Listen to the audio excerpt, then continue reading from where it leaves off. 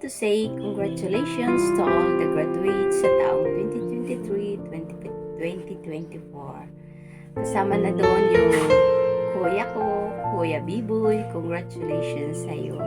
Parang kailan lang may 3 graduation ka na palang ginawa. Grade 6, grade 10, at ngayon grade 12. Laging absent si Mama. Pagpasensyahan mo na hindi man lang kita naihatid or nakaakyat man lang sa stage. Pagpasensyahan mo na yung mga moment na yun hindi ko yan na-witness, pero okay lang yan. Sa araw-araw naman na pagkamit mo sa mga pangarap mong yan ay naging bahagi ako ng buhay mo. Tapos after this graduation, hindi ko alam kung kaya pa ba nating ilalaban yung pang-apat na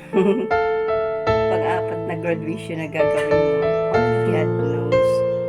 Pero whatever the decision you made after this graduation, basta desire lang sa yung heart, we are always here to support you.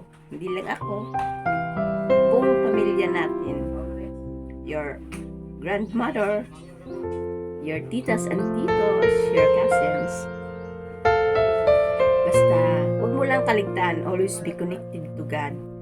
Dahil siya ang bibigay ng liwanag at tamang daan ng landas na tatahakin. Congratulations again.